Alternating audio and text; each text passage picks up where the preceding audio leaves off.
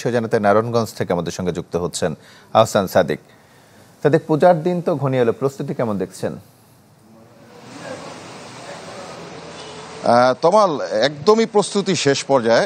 সকাল থেকে যদি বলি, যে সকল পূজা মণ্ডপ রয়েছে সেখানে কিন্তু যে শেষ যে তুলির আঁচড়টি বা সাজসজ্জা প্রতিমার, সেটি কিন্তু আমরা দেখতে পাচ্ছি। এবং আরেকটি বিষয় আপনাকে জানাই যে এবার কিন্তু নারায়ণগঞ্জে বেশ কয়েকটি পূজা মণ্ডপে কিছুটা নান্দনিকতার ছোঁয়া, যদি বলি যে পরিবেশ বান্ধব যে সকল উপাদান রয়েছে। এটা কি? ও এটা কেন তুমি জানো না?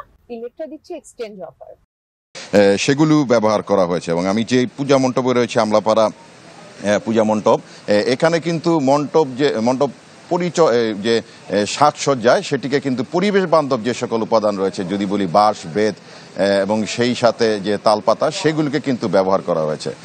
তো একদম শেষ সময় ঘনিয়ে এসেছে। এবং নিরাপত্তার বিষয়টি যদি জানাই, নারায়ণগঞ্জের জেলা পুলিশ সুপার বলি বা র্যাব কর্তৃপক্ষ, তারা কিন্তু নিয়মিত টহল কিন্তু নারায়ণগঞ্জে চালিয়ে যাচ্ছেন। এবং তারা যে বিষয়টি বলছে, নিরাপত্তার স্বার্থে যে কোনো ধরনের প্রস্তুতি কিন্তু তাদের রয়েছে।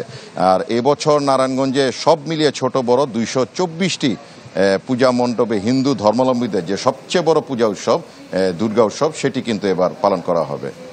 তো বলা যায় এই হচ্ছে সর্বশেষ পরিস্থিতি। তোমার সাদিক, আপনাকে ধন্যবাদ। নারায়ণগঞ্জ থেকে আমাদের সঙ্গে যুক্ত হয়েছিলেন আহসান সাদিক।